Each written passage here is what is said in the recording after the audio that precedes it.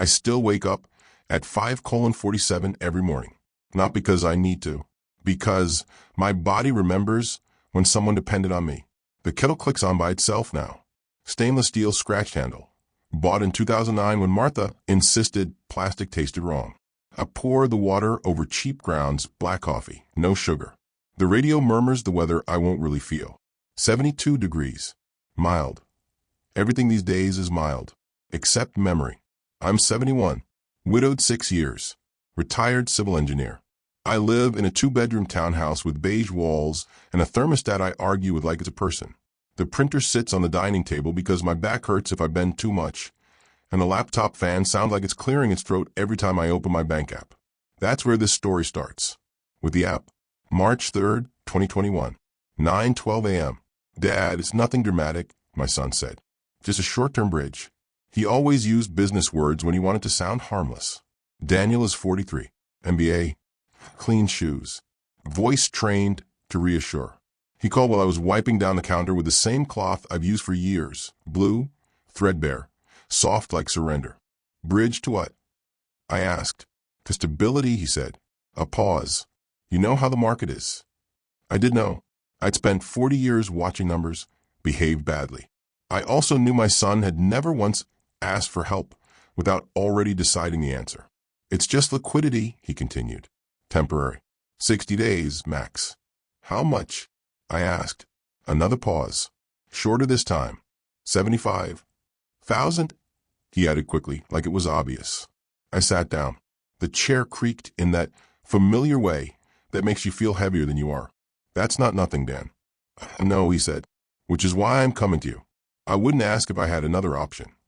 That was true. I had always been the last option. And the safest. I transferred the money that afternoon. $75,000. Domestic wire. Memo. Family support, short term. I remember the confirmation number because I wrote it down on the back of a grocery receipt. Milk, bread, batteries for the remote. He paid me back 40 days later. Exactly. With interest. $76,200. He made a point of it. See, he said on the phone. I told you. Clean. I believed him. That was my mistake. Not the transfer. The belief. The second time was July 14th, 2021. $110,000. This time it was the mortgage. Rates are insane, he said. If I miss this window, I'm bleeding every month. Why is your bank calling me? I asked. They just want confirmation you're backing me, he said smoothly. Procedural. I didn't like that word. Procedural is how things get done, without discussion. I asked for documents. He sent PDFs, neatly labeled. I printed them, because screens lie. Paper doesn't. I spread them out on the table, next to the salt shaker Martha bought in Santa Fe. I didn't understand everything, but I understood enough. I wired the money. Again, $110,000. July 15th. Memo mortgage support. After that, the requests came dressed as updates. Good news, Dad. Quick question. Just keeping you in the loop. By December, I had helped with airfare for a critical conference in Zurich. Business class. $14,800. I noticed because Martha and I never flew business class. Not once. By April 2022, I was covering a line of credit I didn't remember proving. Don't worry, Daniel said. It's under control. He said that a lot. Under control. I started keeping a folder. Plain, manila.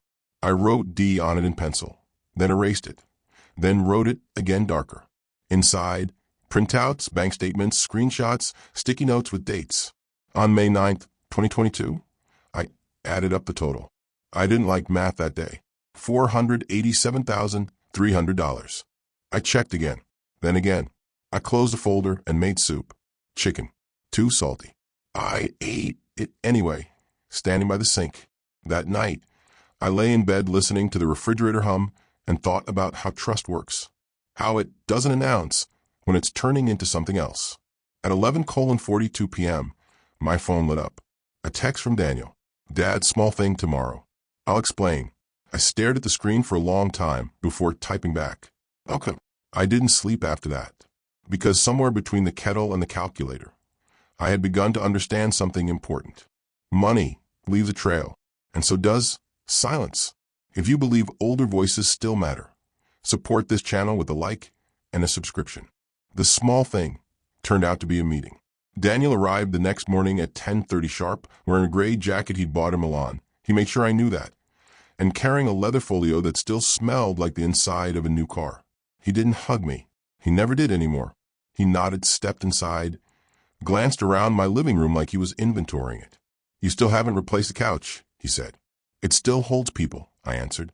He smiled politely, the way you do an old man who's missed a point. We sat at the dining table. I poured coffee. He declined sugar. He always declined sugar. Said it made him foggy, which I found funny considering the way he spoke when money was involved. "So," he said, opening the folio, "here's where we are."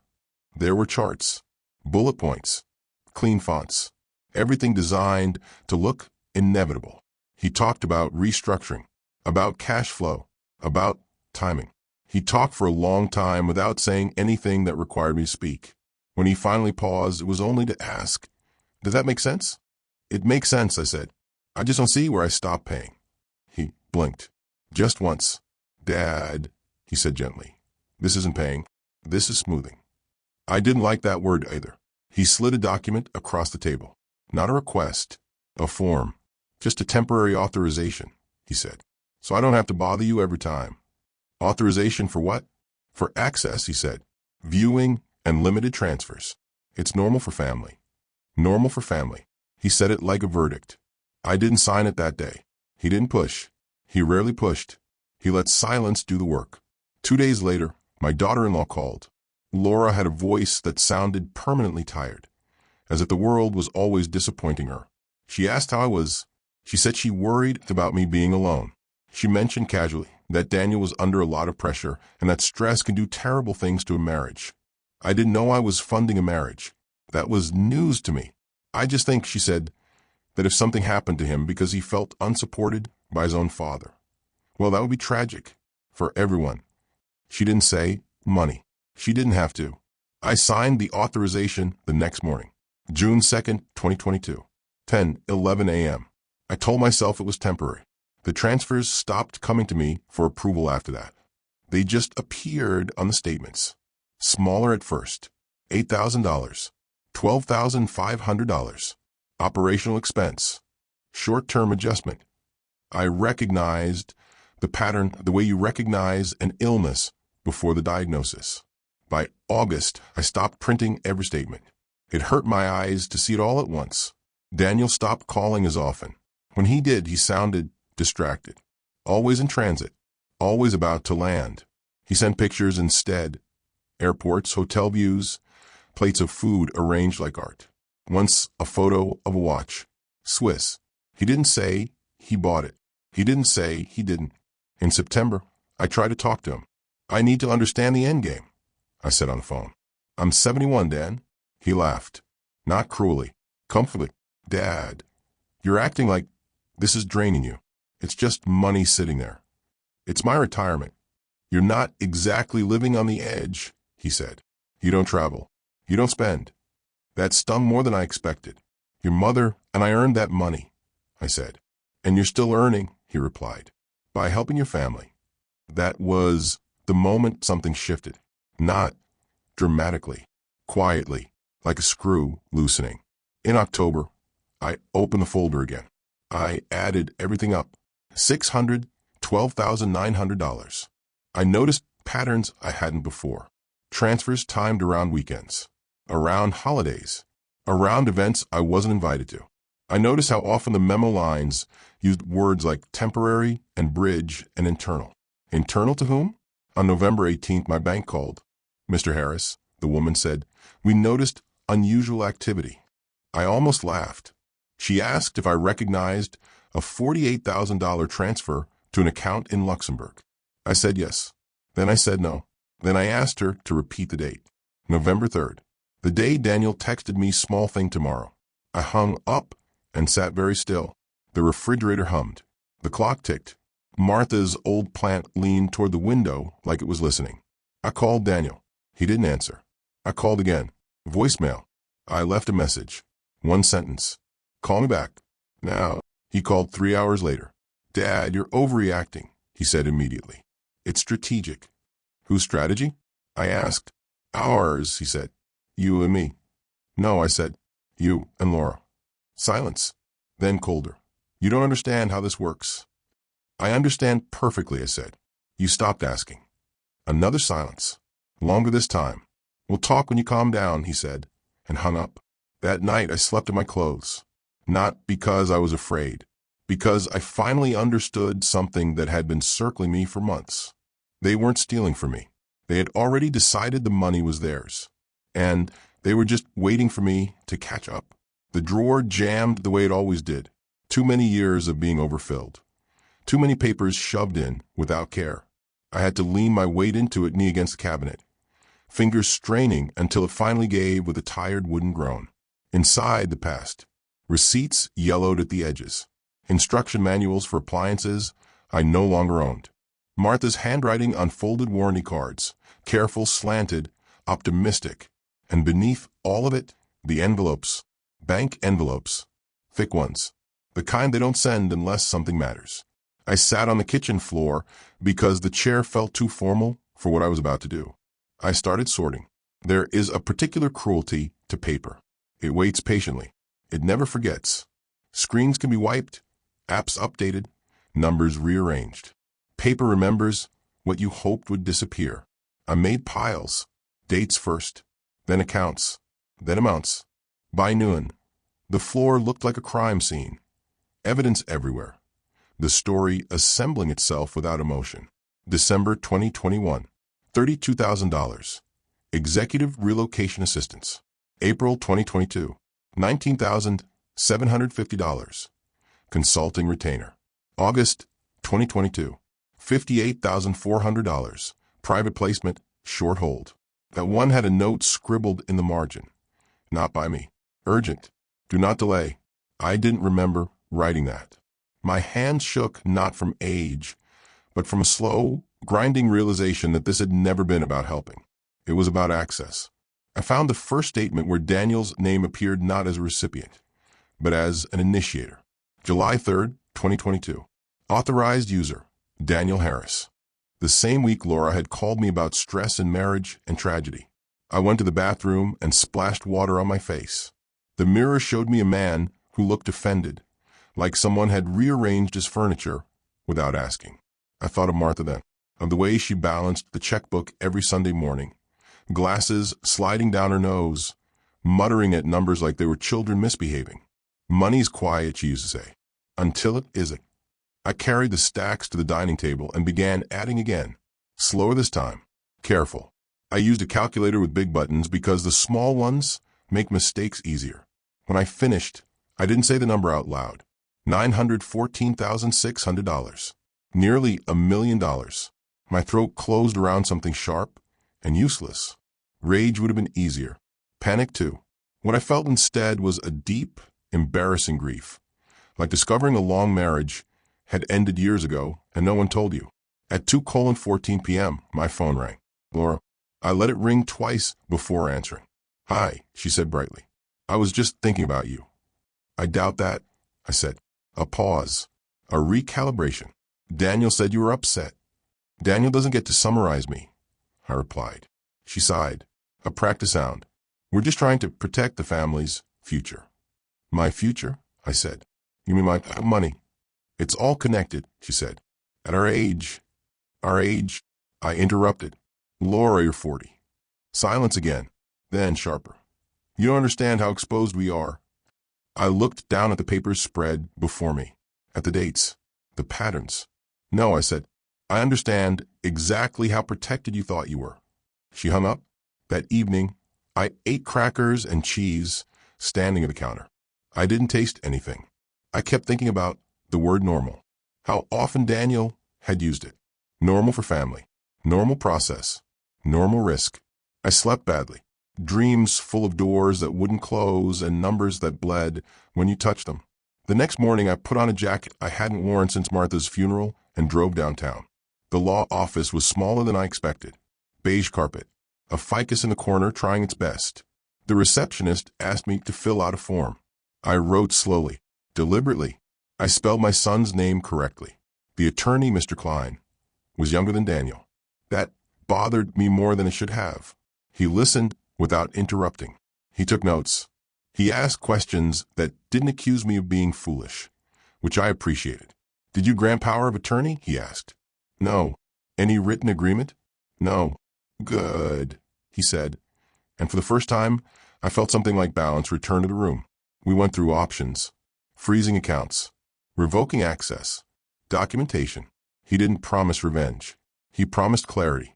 Before I left, he said, "You'll need to prepare for confrontation." "I've been preparing for silence my whole life," I said. "This will be new." On the way home, I stopped at the grocery store, bought bread, soup, batteries, normal things. The cashier smiled at me like nothing had changed. At home, I placed the manila folder on the table and labeled it in ink this time. Accounting. At 6:03 p.m., my phone buzzed. A message from Daniel. "We need to talk. In person." I stared at the screen, then turned the phone face down. Because for the first time since the kettle and the app and the word bridge, I understood something essential. This was no longer about money. It was about who thought they owned my silence. And I was done renting it out. Daniel chose the place. That alone told me everything. The restaurant sat on the corner of Grant and Willow, all glass and brushed steel. The kind of place where the menu doesn't list prices and the servers speak softly, as if money might startle. Valet parking. Linen napkins folded like origami. I hadn't been there before, but I had paid for it indirectly more than once. I arrived early. Old habit. I sat at a two-top near the window and watched people who looked like my son come and go, all of them confident, all of them late for something important. At 7:18 p.m., Daniel walked in with Laura. Not alone. That was new. They brought a man with them. Mid-30s, sharp suit, narrow smile. He shook my hand without waiting for permission. "Evan Brooks," he said. "Private banking." I didn't stand. Daniel frowned, just slightly, then recovered. He always recovered. "Dad, Evan's been helping us optimize," he said. He thought it would be good to clear the air. Clear the air. Another harmless phrase with a blade inside it. Laura kissed my cheek like we were a normal family meeting for dinner. Her perfume was expensive and unfamiliar. She sat beside Daniel, angled toward him, away from me. Evan remained standing until a server appeared, confused, then pulled out a chair and joined us like this was always the plan. Menus arrived. Water was poured. No one asked if I wanted anything to drink. Daniel launched in. He talked about volatility, about exposure, about how my assets had been underutilized. He spoke in the plural, we, our, us, as if ownership was contagious. I listened. I folded my napkin once, then again. At some point, Evan slid a folder across the table toward me. "Just a formality," he said. "Acknowledgement of strategy." I didn't touch it. "What strategy?" I asked. Daniel exhaled. "Dad, don't do this here." "Do what?" "Act like you don't trust us." Laura finally looked at me directly. Her eyes were flat, tired, annoyed. "This isn't about trust," she said. "It's about reality." Evan cleared his throat. "Mr. Harris, your son and his wife have been operating under the assumption that, given your age and lifestyle, you'd prefer a more hands-off role." There it was, polite, public, clean. "Assumption," I said. "Yes," he replied. "It's common." "I didn't make it," I said. Daniel leaned forward. "You didn't stop it either." The server returned to take orders. Daniel ordered for himself and Laura without looking at her. Steak, medium rare, a bottle of something red that cost more than my weekly groceries. "And for you, sir?" the server asked me. "Nothing," I said. "I've lost my appetite." The server hesitated, then nodded and left. Evan tapped the folder. "If you could just sign." "No," I said. Daniel stiffened. "Dad." I said no. My voice wasn't loud. That was the mistake they made. They expected noise, emotion, old man anger. What they got instead was stillness. "You're embarrassing us," Laura said under her breath. "No," I replied. "I'm embarrassing you." Daniel laughed once sharply. "This is ridiculous. After everything we've done." "You've done?" I interrupted. "With my money?" Heads turned. "Not many. Enough." Evan shifted in his chair. "Perhaps this isn't the appropriate venue." "You chose it," I said. The food arrived. Plates placed carefully. Steam rising. Daniel cut into a steak like nothing was happening. I reached into my jacket and pulled out a folded sheet of paper. 1 page. Clean. Typed. I placed it on the table between us. "What's this?" Daniel asked, irritation creeping into his voice. "A list," I said, "of transfers you didn't ask permission for." Evan glanced at it, then away. Laura didn't look at all. "There are dates," I continued. "Amounts. Accounts. There's one to Luxembourg I'm particularly fond of." Daniel's knife paused mid-cut. "This is not the place," he said again. "It is exactly the place," I replied, "because this is where you thought I wouldn't speak." I stood, slow, carefully. My knees complained. I ignored them. "I won't be signing anything," I said. "Your access ends tonight." Evan stood too. "Mr. Harris, I must advise." "You must do nothing," I said, "except remember this dinner. You'll be asked about it." Laura finally spoke, her voice sharp enough to cut glass. "You're overreacting. This could have been handled privately." I looked at her, really looked. "You made it public when you brought him," I said, nodding toward Evan. "I'm just finishing the conversation." I placed my napkin on the table and used. Daniel stood abruptly.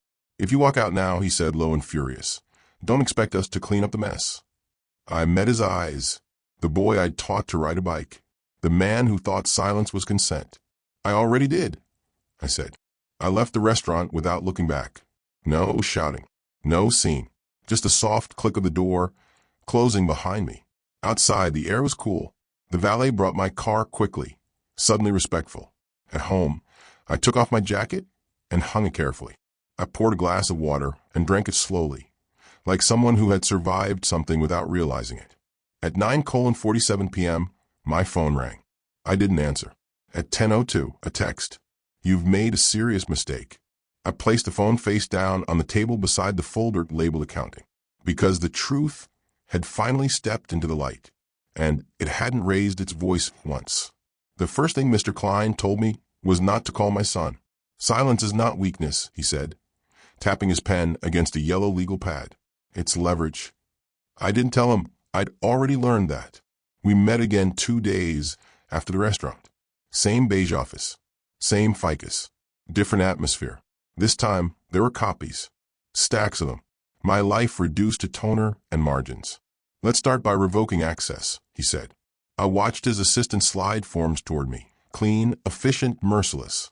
Bank authorizations, account permissions, digital access revocations.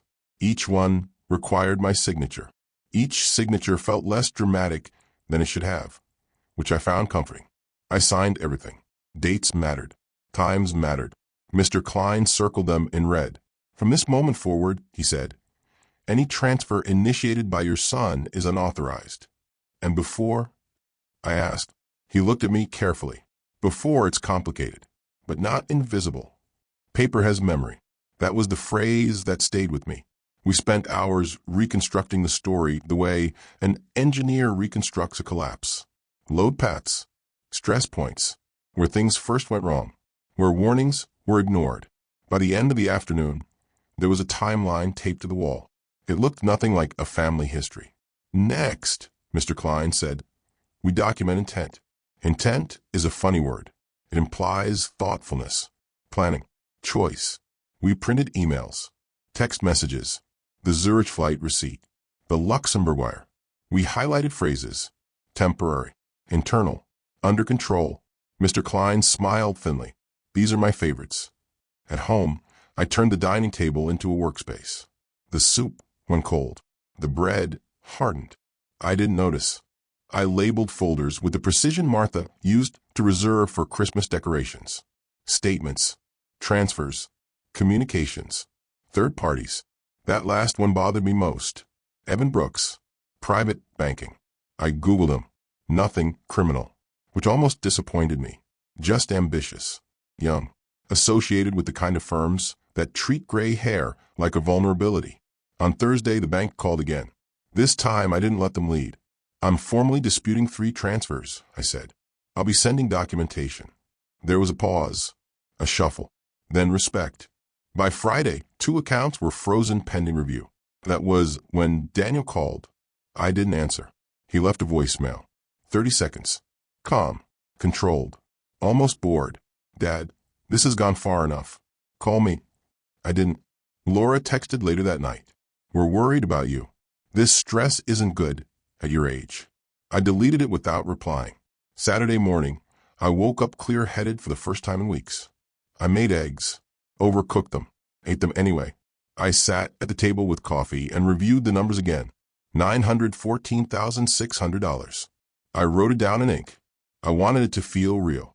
At 11:06 a.m., Mr. Klein emailed. We have enough to proceed. Proceed, where was the question? Civil first, he explained on the phone. Recovery. Then, depending on what surfaces, referrals. Criminal? I asked. Possibly, he said. But that's not your decision to make.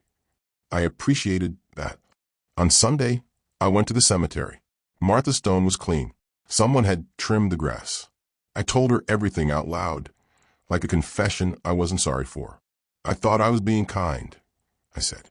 Turns out I was being convenient. The wind moved through the trees. No judgment. No absolution. Just weather. Monday brought the letter. Mr. Klein had it couriered. Thick envelope. Formal language. The kind that makes people sit down before opening. Daniel signed for it at 9:42 a.m. At 10:03, my phone rang. I let it ring. At 10:07, an email. This is insane. At 10:12, another call. I answered on the fourth ring. What did you do? Daniel demanded. I corrected a misunderstanding, I said. You can't just accuse us of... I didn't accuse, I replied. I documented. Silence. Heavy this time. Uncontrolled. You're destroying everything, he said finally. No, I said. I'm preserving what's left. You think this ends well, he snapped. I looked at the table, at the folders, at the careful order. No, I said honestly. I think it ends accurately. He hung up. That afternoon, Mr. Klein called with an update. Evan Brooks retained counsel. He said, So did your son? I nodded, though he couldn't see me. Good, I said. It means they're paying attention. That night, I slept 8 full hours. Not because things were resolved, but because for the first time since the kettle and the app and the word bridge, I wasn't guessing anymore. I was reading, and the paper remembered everything they hoped I wouldn't. The call came on a Tuesday. Not dramatic. Not late at night. Not during a storm or a holiday. Tuesday at 1:26 p.m., when the world expects nothing important to happen. I was replacing batteries in the smoke detector. The ladder wobbled. The ceiling smelled faintly of dust and old paint. I had one foot on the third rung when the phone rang. I climbed down slowly before answering. I had learned not to rush things. Mr. Harris, a woman said. Professional. Neutral. This is Karen Feldman from Northern Continental Bank's Risk Division. I sat at the table before replying. Yes. We're calling to notify you that several accounts associated with your name have been flagged for review. Some transfers have been temporarily reversed pending investigation. I closed my eyes. How many? I asked. There was a pause, then paper shifting. As of now for amounts, just under $300,000. I let the number sit between us like a glass set carefully on a table. Thank you, I said. Please send written confirmation. Of course, she replied. And Mr. Harris. Yes, you did the right thing by contacting us when you did. I thanked her again and hung up. For a full minute, I didn't move. Then the phone rang again. Daniel. I didn't answer. It rang twice more, then stopped, then started again immediately. I answered on the fifth ring. What did you do? He shouted. No preamble. No restraint. I received a call from my bank, I said calmly. Did you? Silence. Breathing. Heavy. Uneven. You froze accounts, he said finally. No, I replied. The bank did. You know exactly what you're doing, he snapped. Payroll bounced. Do you understand that? Yes, I said. That's usually what happens when money disappears. This is my company, he said. You're sabotaging it. I looked at the calendar on the wall. Martha's handwriting still circled dates that no longer mattered. No, I said again. I'm removing myself from it. Laura took the phone. Her voice was shrill, uncontained. You're punishing us. This is revenge. This is accounting, I replied. You could have talked to us, she said. I did, I said. For 2 years. She made a sound that might have been a laugh. You're doing this to feel powerful. I smiled despite myself. If that were true, I said, I would have done it much earlier. She handed the phone back to Daniel. You don't understand what you've started, he said, quieter now. Lawyers, audits, this will follow us. Yes, I said. That's the point. He lowered his voice.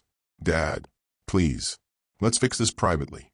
I thought of the restaurant, the folder, Evan's pen hovering over paper. You had your private, I said. You chose public. He hung up without another word. At 3:04 p.m., Mr. Klein called. They're panicking, he said, which is useful. What happens now? I asked. Now, he said, the paper speaks for you. Over the next week, the phone never stopped ringing. Unknown numbers. Voicemails from Daniel's CFO. Emails from firms I'd never heard of asking me to clarify my position. One message arrived with the subject line urgent. Mutual interests. I didn't reply. Instead, I organized. Every morning, coffee at 6:00. Emails printed by 7:00. Notes in the margins. Times recorded. Every contact logged. I treated it like a project. Because that's what it was. On Friday, something shifted. Mr. Klein called earlier than usual. There's been a development, he said. I sat. Evan Brooks's firm has suspended him pending review, he continued. Apparently, your documentation raised questions they don't want to answer publicly. I nodded slowly. And your son? I asked. There was a pause this time. Longer. Daniel's company has been served, Mr. Klein said. Civil complaint. Breach of fiduciary duty. Misappropriation. I exhaled, a long breath I didn't realize I'd been holding. That's thorough, I said. It will get messier before it gets cleaner, he replied. That night, Daniel came to my house, unannounced. I saw his car through the window and didn't open the door right away. I watched a pace, check his phone, run a hand through his hair. When I finally opened it, he looked smaller, not younger, smaller. You've ruined me, he said. No, I replied. I removed myself. You could stop this, he said. One call. I already made it, I said. 2 years ago. You didn't listen. He stared past me into the house, at the table, the folders, the order. You planned this, he said. No, I said. I documented it. He laughed then, bitter. Huh? You always loved your spreadsheets more than people. I thought of Martha, of Sundays, of quiet mornings. No, I said softly. I loved people enough to trust them. That's the difference. He left without another word. 2 weeks later, the certified letter arrived. Recovery proceedings. Partial restitution. Negotiations. Numbers moved again, but this time toward me. Not all of it. Not cleanly, but enough. Enough to prove something important. On a Tuesday afternoon, ordinary and unremarkable, the illusion finally collapsed. And when it did, it wasn't rage that filled the space it left behind. It was relief, because the worst part was never the money. It was waiting for someone else to admit what they'd done, and I no longer needed that. Money looks different when it comes back. Not heroic, not triumphant. It arrives quietly, like an apology that refuses to use the word sorry. The first reversal hit my account on a Thursday morning at 8:19 a.m. I was buttering toast. The notification chimed once, polite, almost shy. $142,000. Reversal pending investigation. I sat down before the toast burned. By the end of that week, 3 more followed. Different amounts, different labels, each one colder than the last. Partial restitution. Disputed transfer resolved. Administrative correction. Note one called to celebrate. No one sent flowers. The bank sent a PDF. I printed it anyway. Mr. Klein called that afternoon. His voice carried something new, not excitement, but satisfaction. This is the part people misunderstand, he said. Justice doesn't feel like fireworks. It feels like accounting. How much? I asked. Just over 500,000, he replied. Recovered or secured. And the rest? He paused. Some of it's gone. Spent. Moved. Converted into experiences you didn't attend. I nodded. I'd expected that. What happens to Daniel? I asked. That's not my department, he said gently. But consequences tend to multiply when paperwork starts talking to other paperwork. I hung up and stared at the screen. The numbers didn't fill me with joy. They filled me with something flatter, like closing a door that had been slamming in the wind for years. Daniel stopped calling. Laura didn't. Her messages changed tone. No more accusations. No more concern for my health. Just logistics. We need to discuss terms. This doesn't have to get uglier. Think about the grandchildren. I didn't respond. On a Tuesday morning, always Tuesdays apparently, I received a subpoena. Not for me, for Daniel. I recognized the envelope. Thick, cream-colored, official, the kind that ends conversations mid-sentence. That night, I made soup again. Chicken. Less salt this time. I sat at the table and ate slowly, like someone practicing patience as a discipline. I thought about the word father, how easily it gets repurposed into resource if you're not paying attention. In early spring, I attended a deposition, not as a witness, as an observer. Daniel sat across the room from me, flanked by attorneys who billed by the quarter hour and spoke in paragraphs. He looked thinner, not humbled, just tired. When he saw me, his expression tightened. Not anger, something closer to disbelief. That I was still there, still upright, still counting. The questions were precise. Dates, amounts, authorizations. Daniel answered carefully, too carefully. He leaned on words like assumed and understood and family arrangement. Paper disagreed. The attorney slid documents across the table like cards in a losing hand.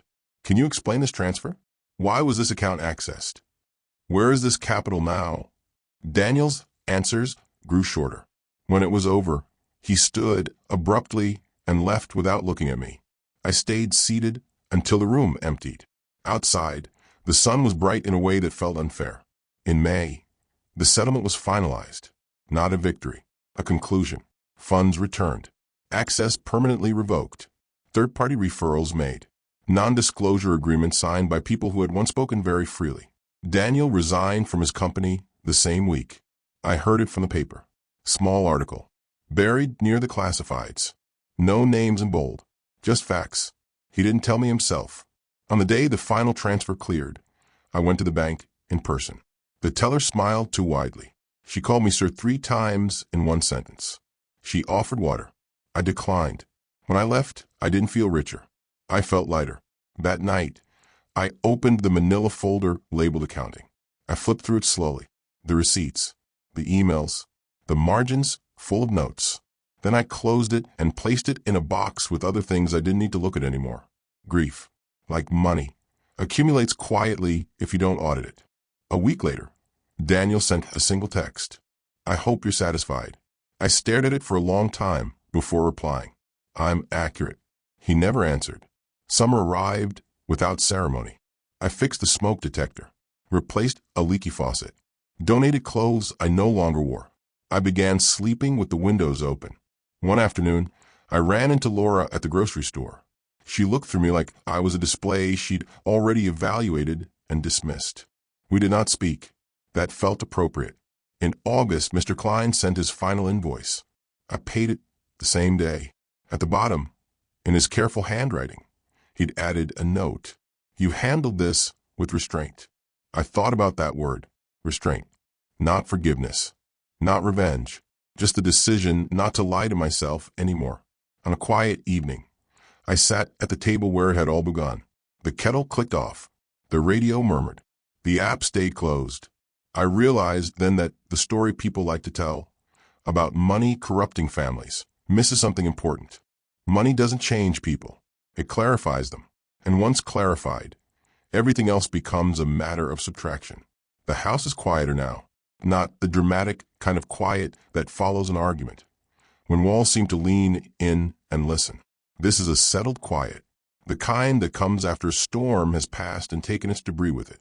I wake up later these days, 6:30, sometimes even 7 o'clock. The kettle still clicks off on its own. The radio still mumbles the weather, but I no longer reach for my phone first thing. The app stays where it is. I've learned that peace requires maintenance, just like money once did. In September, I replaced the dining table, not because I needed to, Because I wanted to. The old one went to a couple down the street, new parents, nervous smiles, measuring the space like they were afraid to ask for too much. I gave them the table for free. They thanked me 3 times. I told them to stop counting. I kept one thing from the old table, a shallow groove near the edge, worn smooth by years of fingers tapping while waiting for answers. I ran my thumb over it before the movers took away. Habit, memory. Daniel never came back. I heard things, of course. You always do.